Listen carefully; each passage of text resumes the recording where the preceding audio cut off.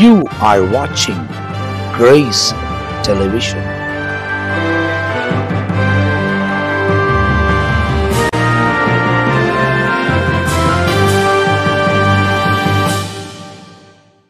கிறிஸ்துவுக்குள் அன்பான தேவ ஜனங்கள் அனைவருக்கும் ஆண்டவராகிய இயேசுவின் நாமத்தில் எனது வாழ்த்துதலை தெரிவித்துக் கொள்கிறேன். கிறிஸ்துவின் பிறப்பை ஒட்டி கிறிஸ்மஸ் வாழ்த்துகள்னு சொல்லலாம். ஆண்டுடைய பிள்ளைகளுக்கு அனுதினமும் கிறிஸ்மஸ் வாழ்த்துதல் தான். ஏனென்று சொன்னால், என்றைக்கோ ஒரு நாளைக்கு கிறிஸ்துவை நினைக்கிறவங்களுக்கு தான் ஒரு வாழ்த்துதல்னு. நம்ம என்றைக்குமே நமக்கு ஆண்டவரோடு இருக்கிறவர்கள், வசனத்தோடு இருக்கிறவர்கள், ஜெபத்தோடு இருக்கிறவர்கள், துதி ஸ்தோத்திரத்தோடு இருக்கிறவர்கள், என்றைக்குமே நம்முடைய உள்ளத்தில் கிறிஸ்துவின் பிறப்பை குறித்த உணர்வு இருக்கிறது. அந்த அளவுக்கு வந்துவிட வேண்டும். இன்றைக்கும்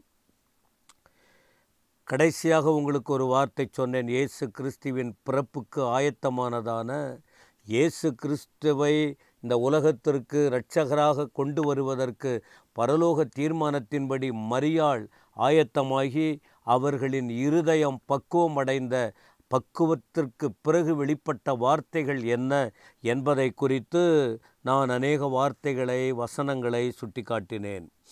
இன்றைக்கும் ஒரு வார்த்தை என்ன தெரியுமா?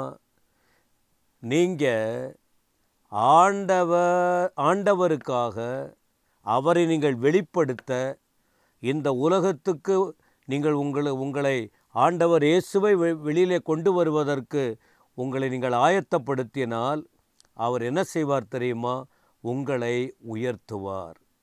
உயர்த்துகிற தேவன், தாழ்ந்தவர்களை உயர்த்துகிற தேவன், எளியவர்களை உயர்த்துகிற தேவன், தள்ளிவிடப்பட்டவர்களை உயர்த்துகிற தேவன், தனிமையாக்கப்பட்டவர்களை உயர்த்துகிற தேவன், கைவிடப்பட்டவர்களை உயர்த்துகிற தேவன், மற்றவர்களால் அற்பமாய் நினைக்கப்பட்டவர்களை உயர்த்துகிற தேவன்.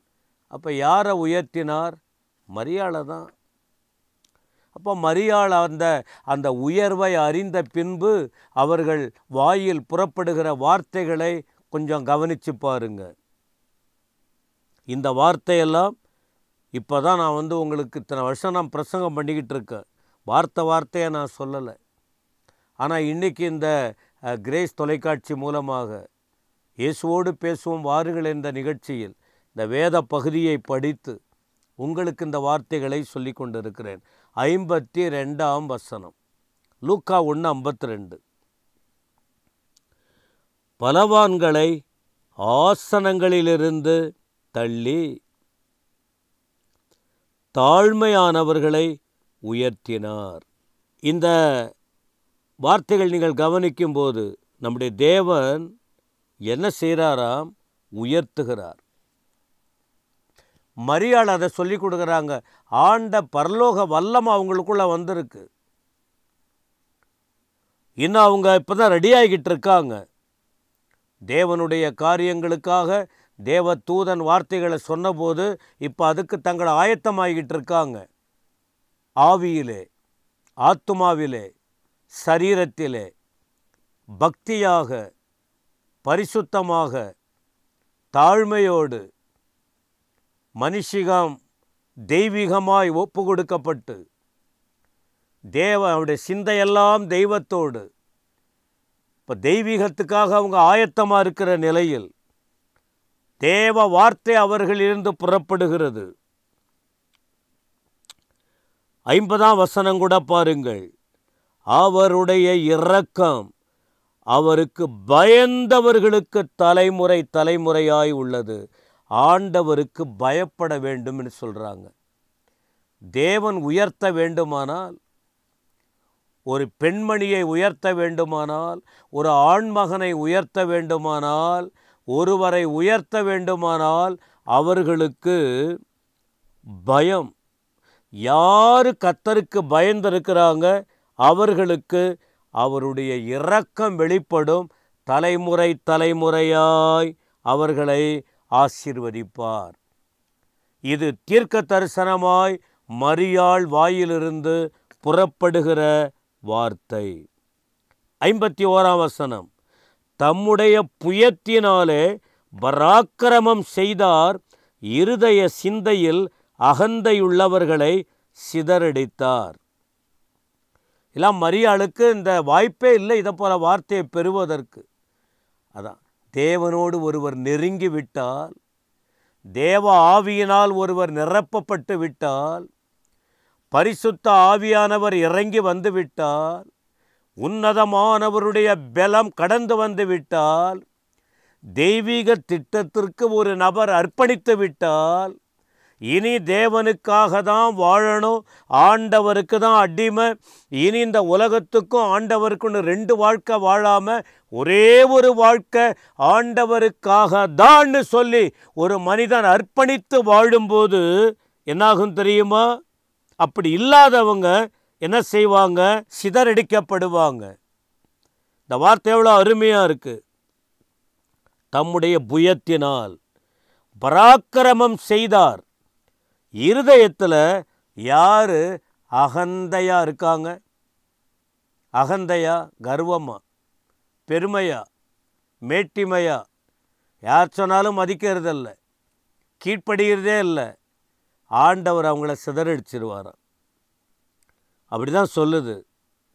அப்போ என்ன பண்ணுவார்? அடுத்த வார்த்தை, பலவான்களை ஆசனங்களிலிருந்து தள்ளுவார். நாங்கள் எங்கள் சொந்த பலத்தால் எல்லாம் முடியும்.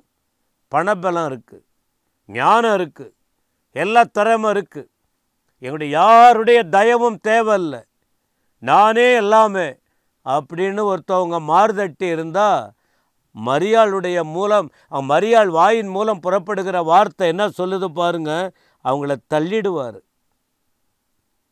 மனுஷன் தள்ளாமல் இருக்கலாம், கடவுள் தள்ளிடுவார். அப்படி தள்ளப்பட்டவர்கள் வேதத்தில் சாட்சி இருக்குது, தள்ளப்படுவாங்க. அடுத்து ஒரு வார்த்தை சொல்கிறாங்க, தாழ்மை உள்ளவர்களை உயர்த்தினார். உயர்த்துவார் என்று சொல்லலை. இது என்ன ஆச்சரியமாக இருக்க மரியாளுடைய வார்த்தைகள். உயர்த்தினார், தாழ்மை உள்ளவர்களை அவர் உயர்த்தினார். எனக்கு அன்பான தேவஜனமே, பெருமை உள்ளவர்களுக்கு கர்த்தர் எதிர்த்து நிற்கிறார், தாழ்மை உள்ளவர்களுக்கு கர்த்தர் கிருபை அளிக்கிறார். தாழ்ந்தவர்களை அவர் உயர்த்துகிற தேவன். அப்போது அவர் எவ்வளவு அற்புதமான தேவன் பாருங்க. அப்போ இந்த நாளில், இந்த நாட்களில் இந்த கிறிஸ்துவின் பிறப்பை நினைத்து யோசிக்கிற நிலையில், இந்த வருஷம் இந்த கடைசி வாரங்களில் ஆயத்தமாகிற தேவ ஜனமே, உங்களை ஆண்டவர் உயர்த்தணுன்னு விரும்புகிறார். தேவன் உங்களை உயர்த்த வேண்டும் என்று விரும்புகிறார். அப்படி உயர்த்த வேண்டுமானால் என்ன செய்யணும்? நான் படித்த வசனத்திலிருந்து, அவர் இரக்கத்தை பெற கவனிங்க, பயப்படணும், ஆண்டவருக்கு பயந்து வாழணும், பாவத்தை விட்டுடணும். பாவங்களை மறைக்கிறவன் வாழ்வடைய மாட்டான். அவைகளை அறிக்கை செய்து விட்டு விடுகிறவன் இரக்கம் பெறுவான் என்று வேதம் சொல்லுகிறது. பாவத்தை விட்டுடணும், அறிக்கையிட வேண்டும், ஒரு நல்ல சிந்தனையோடு வரணும், கர்த்தருக்கு பயந்து இருக்கணும், இருதயத்தில் அகந்த இருக்கக்கூடாது, இதயத்தில் அந்த நெஞ்ச அழுத்தம் இருக்கக்கூடாது. தப்பு பண்ணிட்டா தப்பை உணர்ந்து நாம் ரொம்ப உணர்வோடு ஒப்பு கொடுத்து விட வேண்டும். ஏன் தெரியுமா? அவர் தள்ளுகிறவர், அவர் உயர்த்துகிறவர். இது மரியாள் வாழ்க்கையில் அவங்க வாயிலிருந்து புறப்படுகிற தீர்க்கதரிசன வார்த்தை எவ்வளவு அற்புதமான ஒன்று. எனவே ஒருவேளை நீங்கள் தாழ்ந்த நிலைமையில் இருக்கீங்களா? தாழ்மையோடு இருங்க. மற்றவர்களால் ஒதுக்கி தள்ளப்பட்ட நிலையில் இருக்கீங்களா? உள்ளத்தில் தாழ்மையோடு இருங்க. உங்களை உயர்த்துவதற்கு வல்லவராக இருக்கிறார். இந்த வாரத்தில், இந்த மாதத்தில் முடிவதற்குள்ளாக ஆயத்தப்படுவோம். ஆண்டவர் உங்களை உயர்த்தி மேன்மைப்படுத்துவார். கர்த்தர் உங்களை ஆசீர்வதிப்பாராக. ஆமேன், ஆமேன்.